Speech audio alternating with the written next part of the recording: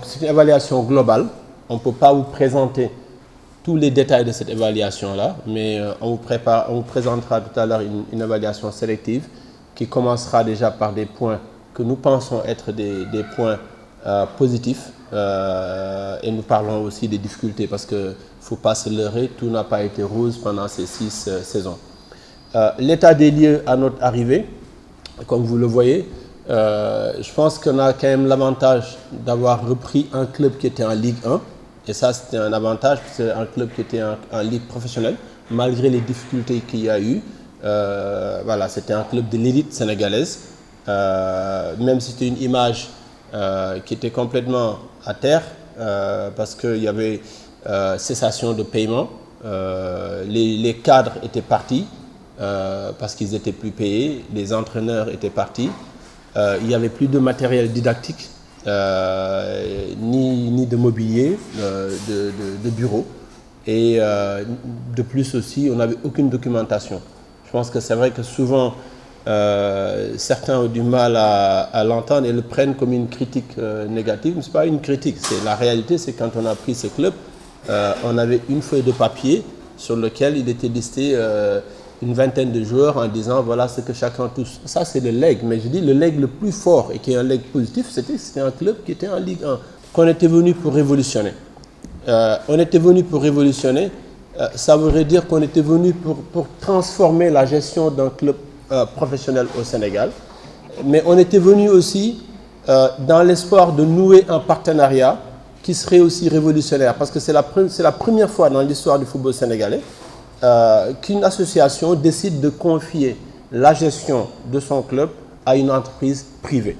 Ce n'était pas à moi, Djamil Faye, qu'on l'a donné, c'est à une société qu'on l'a donné et qui détenait les 100% des parts avec un protocole qui était signé. Donc nous avons rêvé, en tout cas avec l'association GFC à ce moment-là, de faire quelque chose d'unique et qui pourrait peut-être transformer la gestion du football au Sénégal.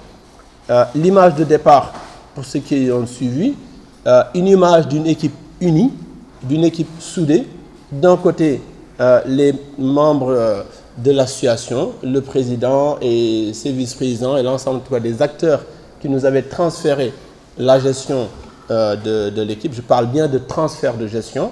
Et d'un autre côté, sur la photo, moi-même, avec beaucoup moins de cheveux gris qu'aujourd'hui, et Adama Diop, donc vice-président.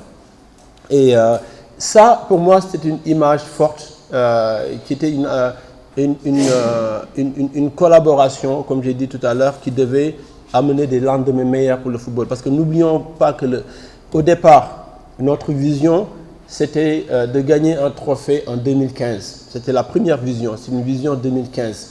Et malheureusement, au bout de 2 saisons, avec les difficultés qu'on a eues, on est tombé en Ligue 2 et on a transformé cette vision en vision 2017 en disant déjà qu'en 2017, nous voulions être le meilleur club du Sénégal.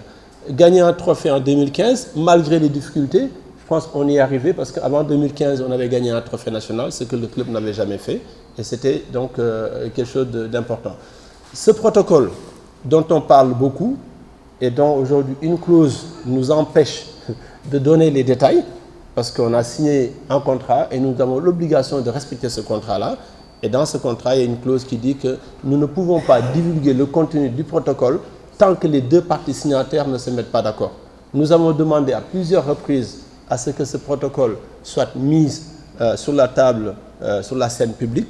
Malheureusement, l'autre partie ne l'a pas accepté. Donc, on n'est pas en mesure de vous donner le contenu exact, mais on vous donnera quand même quelques éléments sans nous mettre en difficulté sur le plan légal. Donc, protocole pour 6 ans avec reconduction tacite. Donc ça veut dire quoi? Ça veut dire que nous avions obligation de moyens. C'est-à-dire qu'on n'était pas obligé d'être champion du Sénégal, on n'était pas obligé d'être vice-champion du Sénégal, ni de gagner une coupe, mais on avait une obligation tout simplement de mettre le club dans les meilleures conditions de travail. C'est-à-dire de payer les salaires, de ramener les équipements, de mettre une administration. Et si cette obligation était respectée, il y avait une reconduction tacite. Donc je pèse bien mes mots, je parle bien de reconduction tacite. Il y avait aussi dans ce protocole un transfert de gestion. C'est-à-dire qu'aujourd'hui, beaucoup de gens, quelques gens dans Guédiawaye et beaucoup de gens à l'extérieur disent souvent que l'équipe n'appartient pas à Djamil Faye ou à Diapo. Ils ont raison, l'équipe n'appartient pas à Djamil Faye. Mais la notion de propriété, elle est permanente ou elle est temporaire. Et je pense qu'aujourd'hui, si on parle de notion temporaire de propriété, l'équipe à l'heure où je parle appartient à Diapo et ça. Ça, c'est la propriété jusqu'à la propriété de Diapo jusqu'à la fin du contrat.